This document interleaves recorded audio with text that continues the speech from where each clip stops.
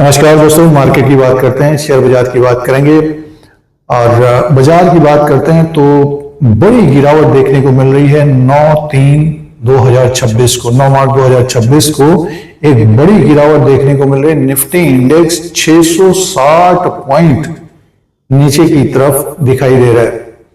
23,780 के आसपास है इस वक्त। और इसी तरह से बीएसई सेंसेक्स में भी बड़ी गिरावट है, 76,756 में है। और निफ्टी बैंक में भी गिरावट देखने को मिल रही है। और स्टॉक्स की बात करते हैं तो ज्यादातर जो हैवी वेट्स हैं उनमें गिरावट देखने को मिल रही है, तो इसीलिए निफ्टी इंडेक्स में गिरावट है। और ये गिरावट क्यों हुई है इसी के बारे में बात करते हैं। और जो लॉन्ग टर्म के निवेशक हैं उनको क्या करना चाहिए इस पॉइंट के ऊपर बात करेंगे। सबसे पहले जो बाजार में देखिए जो गिरावट आज देखने को मिल रही है 9 मार्च 2026 को सोमवार के दिन, ये जो अमेरिका, इजराइल और ईरान के बीच जो युद्ध हो रहा है पिछले कुछ दिनों से, और ये युद्ध बढ़ता हुआ नजर आ रहा है। इसीलिए तेल का जो प्राइस है, ऑयल है, वो ऊपर की तरफ आ गया है। डॉलर इंडेक्स भी बढ़ गया है और रुपीज, जो भारतीय रुपीज है, डॉलर के मुकाबले उसकी कमजोरी है। तो इसीलिए भारतीय बाजारों में भी गिरावट देखने को मिल रही है। खास तौर से जो ऑयल के कारण जो युद्ध हो रहा है, वॉर हो रहा है, तो ऑयल प्राइसेस बढ़ने के कारण भारतीय बाजारों में ज्यादा गिरावट देखने को मिल रही है। अब इसका कारण क्या है कि जैसे कि भारत, इंडिया बाहर से ही ऑयल मंगाता है। अगर दाम इसी तरह से बढ़ते जाएंगे तो फिर आगे और महंगाई बढ़ती हुई नजर आ सकती है। तो इसीलिए बाजार का रिएक्शन पहले ही देखने को मिल रहा है। तो ये कारण है बाजार गिरने का, और पिछले 1-1.5 महीने से ज्यादातर गिरावट ही देखने को मिल रही है। निफ्टी इंडेक्स की बात करते हैं तो देखिए निफ्टी इंडेक्स जो रहा है, अगर हम तेजी की बात करते हैं तो ऊपर की तरफ निफ्टी इंडेक्स 26,129 में था ये दिसंबर के मंथ में। उसके बाद गिरावट, एक तेज गिरावट आई, 25,000 के आसपास आया। उसके बाद एक तेजी बनी, 26,000 के आसपास तक गया, तब तेजी की बात होने लग गई थी। 11 फरवरी 2026 को 26,000 के आसपास था। आज के दिन की बात करते हैं तो देखिए 1 महीने के अंदर लगभग 20-25 ट्रेडिंग सेशन में मार्केट में गिरावट है। तो वॉर का इफेक्ट है, बाजार में गिरावट आ रही है और ऑयल प्राइसेस ऊपर की तरफ है। तो ये बाजार को, ये पॉइंट जो रहे हैं गिरने का, जो कारण है बाजार का, ये कारण रहे हैं। और आगे आने वाले समय में वॉर खत्म होगा, बट ये कि जो टाइम पीरियड है अभी, अब देखिए मार्च के लास्ट तक या फिर और भी आगे रह सकता है वॉर, तो बाजार में हलचल बनी रहेगी। जब कभी अच्छी खबर आती है कि वॉर खत्म होने वाला है तो अचानक से एक तेजी भी देखने को मिल सकती है। और इस गिरावट में देखिए जो कम समय के निवेशक हैं, 10 दिन, 15 दिन या फिर इंट्राडे भी कर रहे हैं या फिर 2-3 दिन के लिए कारोबार कर रहे हैं, तो उन निवेशकों को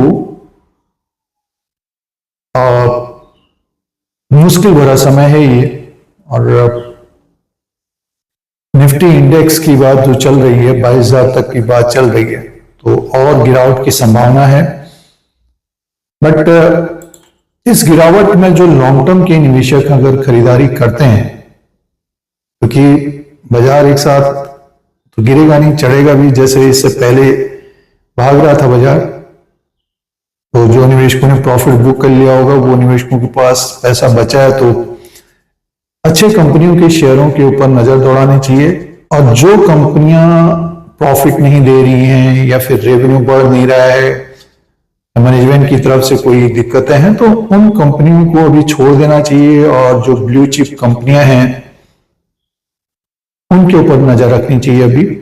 और खरीदारी भी देखिए, अगर सपोज कोई निवेशक खरीद भी रहा है तो पार्ट में एसआईपी की तरफ ध्यान देना चाहिए।